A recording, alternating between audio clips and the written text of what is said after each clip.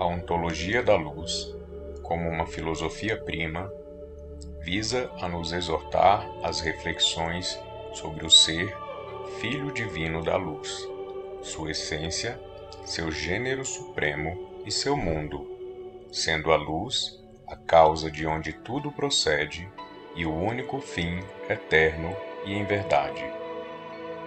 A acepção da luz divina não deve ser confundida com o da luz como fenômeno físico. A luz cósmica divina parte de tudo que se relaciona desde o bem, o bom, o belo e o justo, perpassa pela vontade e ação por meio do amor e sabedoria e alcança sua consubstanciação na neutralidade dármica e divinal do ser.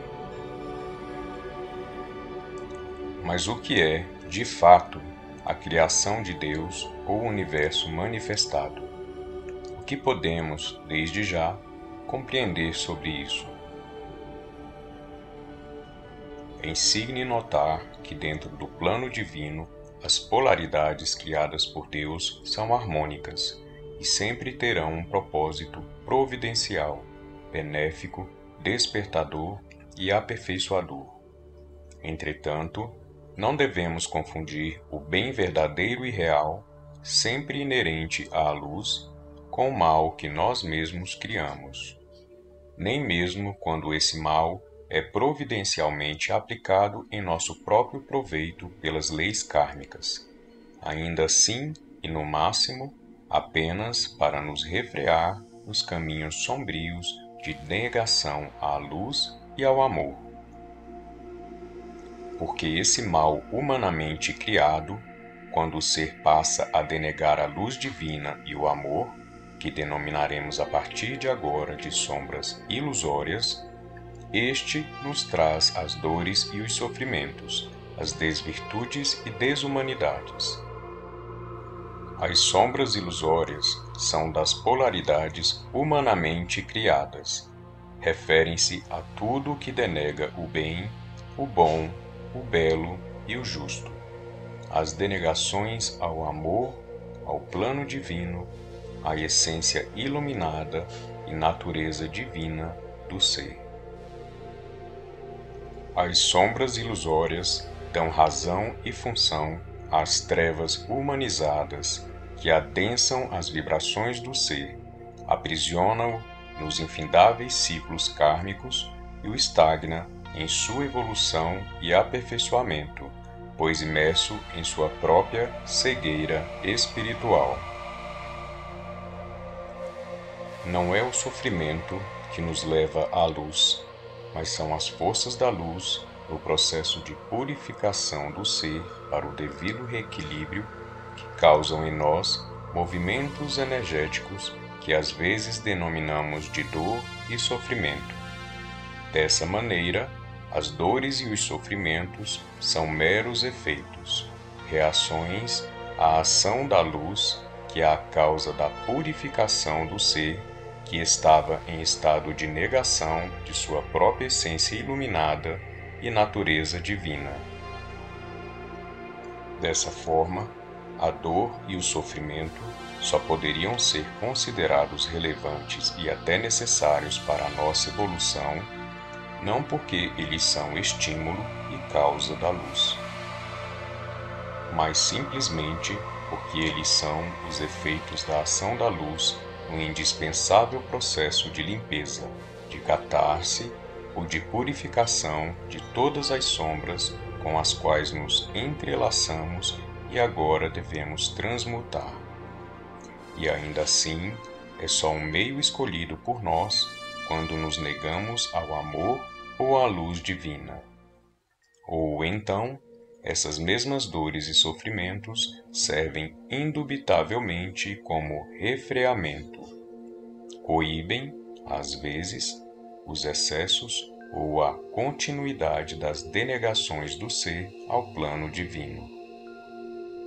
No decurso dessa expurgação, não há propriamente estímulo à luz, se bem analisarmos, não no sentido de que são nossas sombras ilusórias que nos levam à luz, mas somente uma circunstância onde nossa própria luz nos estimula, nos chama ao reequilíbrio pelas verdades espirituais.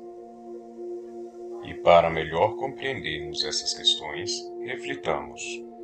Se as sombras ou nossas obscuridades referem-se ao eu ainda não me lembro quem sou, ou não reconheço minha divindade, ou ao eu não aceito a verdade, como podem então a luz ou verdades que ainda não realizamos, ou seja, as nossas sombras, nos ensinar ou nos levar a essas mesmas verdades maiores da luz cósmica divina?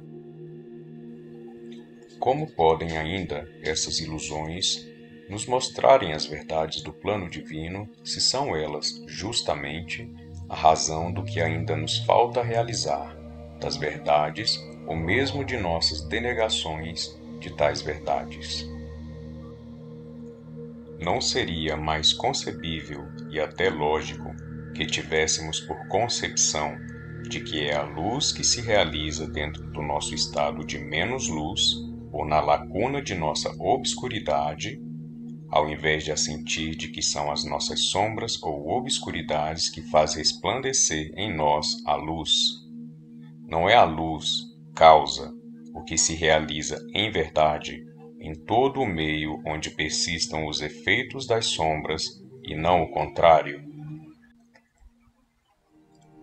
É a nossa centelha divina, ou nossa luz interior realizada, que em determinado momento, quando estivermos dispostos a contemplá-la com um mínimo de atenção, é que clareará nossos pensamentos, iluminará nosso caminho, possibilitar-nos-á a enxergar as verdades divinas e compreender o que de fato se passa.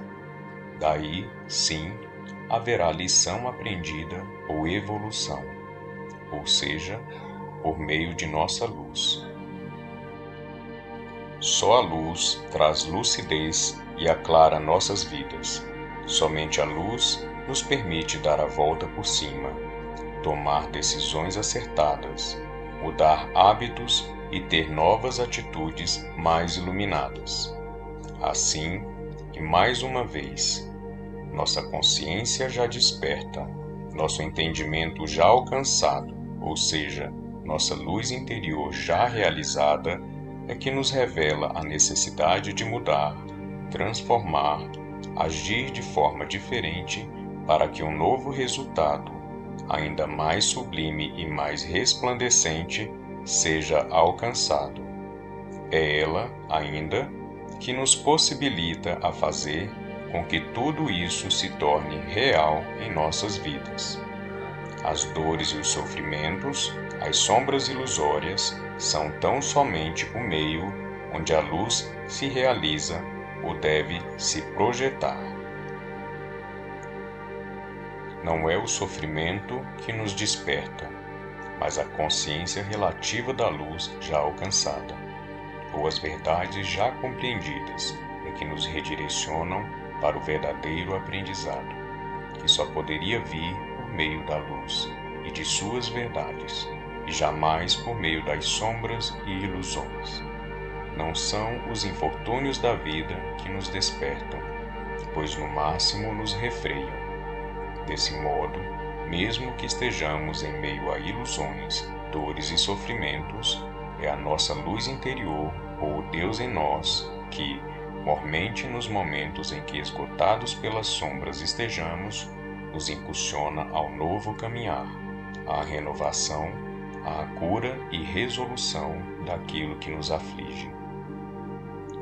É antes a nossa consciência, a luz já alcançada e realizada em nosso interior, que nos estimula às mudanças de posturas, hábitos e atitudes, pois por meio dessas verdades já concebidas, o que só acontece quando olhamos para a luz e com ela as verdades, nos entrelaçamos, é que nos capacitamos a enxergar a possibilidade de não mais sofrer, para realmente apreender as verdades trazidas pela luz.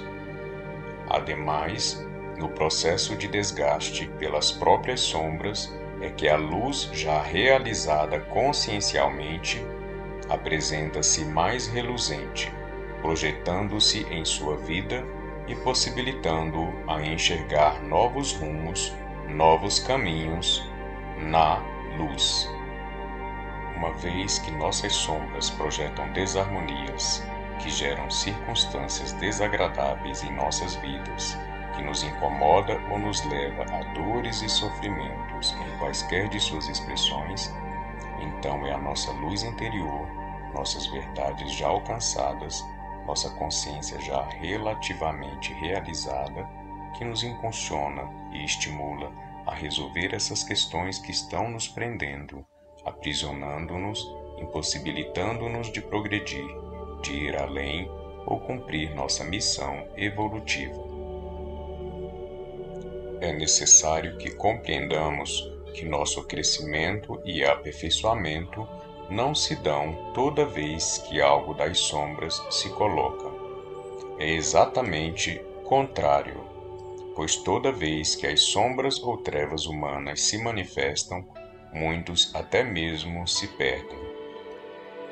Entretanto, é aí que nossa centelha divina e toda a nossa luz consciencial já realizada dentro do processo de tomada de consciência buscam, pelo impulso divino de todo ser já mais ou menos consciente, projetar-se naquelas situações ilusórias, o que chamamos de cura em seus vários aspectos, corroborando que é quando nossa luz consciencial se manifesta ativamente, por vontade e arbítrio, que, em verdade, crescemos, aperfeiçoamo-nos, resplandecemo-nos em mais luz.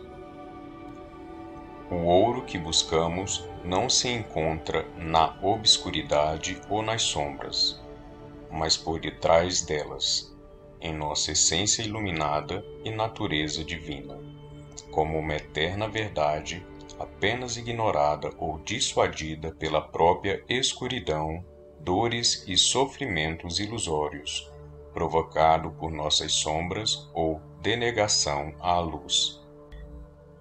Esquecem-se alguns irmãos que, mesmo que tenhamos padecido e não mais precisemos continuar sofrendo, assim o foi porque não havíamos apreendido antes o quão desnecessário isso era, e por isso as consequências foram dolorosas. E muitos ignoram ainda as reais finalidades das sombras, que elas não têm de ser o foco de nossas atenções, tampouco de nossa contemplação.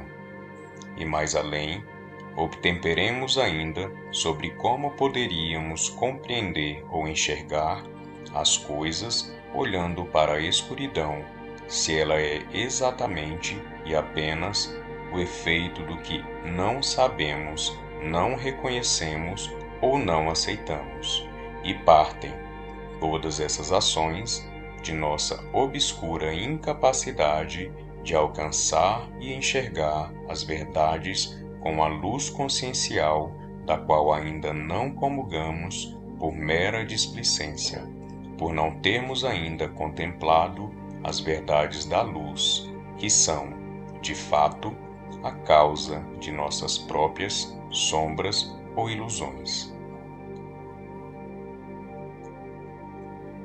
Por que estamos contemplando as sombras tão mormente por meio de nossos atos cotidianos, ao invés de contemplarmos a luz cósmica divina?